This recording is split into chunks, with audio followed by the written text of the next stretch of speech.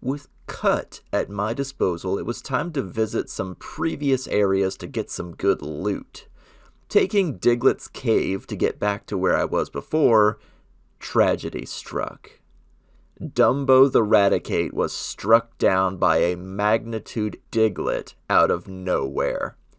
I feel like most Nuzlockers lose at least one Pokemon to magnitude. It sucks. Dumbo, you were a hero. We would not have gotten past Misty without you. I'm so sorry. I knew he wasn't going to carry us through the entire game, but it was still a heavy blow to the team. I put him in the graveyard box and said a little prayer for him. Arriving on the far side of Diglett's cave, I traded my Abra for the far superior Mr. Mime. Then, using repels this time, I went back the way I'd come. Heading inland from Vermilion City to Route 11, I was greeted by an absolute tidal wave of Pokemon trainers. These guys were everywhere. With Erica on the horizon with her grass-type gym, it was finally time for Charmeleon to shine. Setting my starter at the front and quietly sub-out training Mr. Mime at the same time, I chewed through other Pokemon trainers by the dozen. Thankfully, none of them were any serious threat, and Charmeleon soaked up all that sweet, sweet XP, rapidly leveling as we went. I also picked up an Ekans, but that didn't really matter very much. At the end of Route 11 was a Snorlax blocking the road, so I had to find a different path forward. Taking the tunnel back to Cerulean City, I went east from there to Routes 9 and 10. Fortune smiled on me on Route 10, giving me a Voltorb. Finally, an electric type to add to our team. They're not easy to come by in a Nuzlocke, so I felt very lucky. I nicknamed him IED and started making plans for the far future of the run. Making extra sure that I'd hit every trainer on Route 10, it was time to step into the dark and mysterious Rock Tunnel.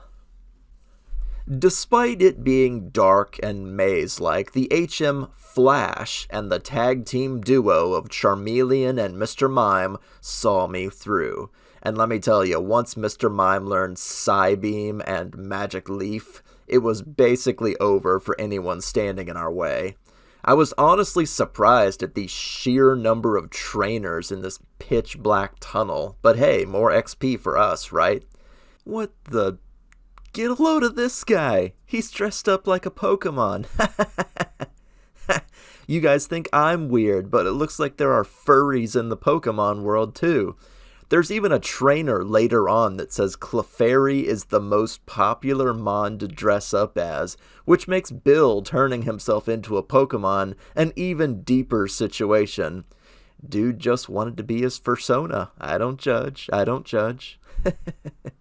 By the time I emerged onto the other side, I was out of repels, out of potions, and several other crucial items. I mean, I'm an owl, I can see in the dark, it's fine, but it was good to see the sun again, let me tell you. I arrived in Lavender Town, the site of the Pokemon Graveyard Tower. I wandered around town for a while, talking to everyone, as per usual. The locals told me that Team Rocket had chased down a Cubone's mother, and it had been killed. Meanwhile, Gary was waiting for me in the Lavender Town Tower. Now, there are fan theories about this place that Gary is actually here to mourn the death of his Raticate. This is because after the fight on the SS Anne, we never see it again. Supposedly, he buried it here with all of the other deceased Pokemon, and we just happened upon him in the process. I don't know if I believe that, as he immediately challenges me to a battle in the middle of a freaking graveyard. He is, of course, no match for me, as Mr. Mime has become an absolute monster after all of his training in the Rock Tunnel, making short work of his entire team in the process. Route 8 and Route 7 have a bunch more trainers for me to battle, further powering up Charmeleon in preparation for the fight with Erica. I did land a Growlithe, but I suppose he can sit in the box for emergencies if I need him. At last, I arrived in Celadon City. Celadon City is home to the Celadon City department store, the game corner, and other things that I have seriously been looking forward to. Using Meowth's payday and constant item finding, I had been saving and saving and saving my Pokédollars for this place. On the roof of the department store is a vending machine that sells fresh water, an item that is just as good as super potions for only 200 Pokédollars. Very, very cheap. I got a ton of them. Then there's the game corner. I gotta stop and give Team Rocket some credit here. Before they were digging up fossils to sell on the black market and trying to strong-arm children into joining their gang, now they're becoming a little more professional and just starting a casino. You know, a business where you go in, give them your money, and walk out with nothing most of the time. It's criminally genius. But I was ready for the game corner. At last, I could put one of my long-term plans into motion. I wandered around until I found someone to finally give me the coin case and talked to everyone in the building so I got some free coins. Time for this owl to gamble. Right away, I got lucky. This is literally all the footage of me gambling. After hitting that 777, knowing that my luck was used up for this lifetime, I went to the counter and emptied my wallet to just buy game coins.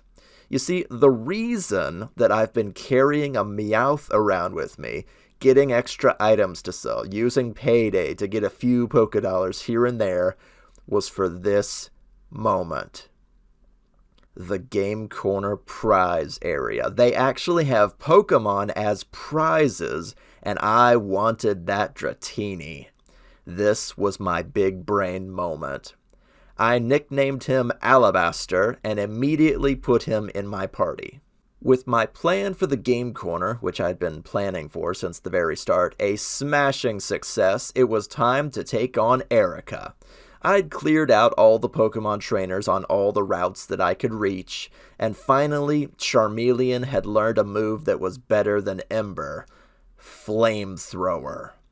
It was basically over the moment we set foot in Erica's gym, as everything in our path was one-shotted by Charmeleon's awesome fire-breathing power.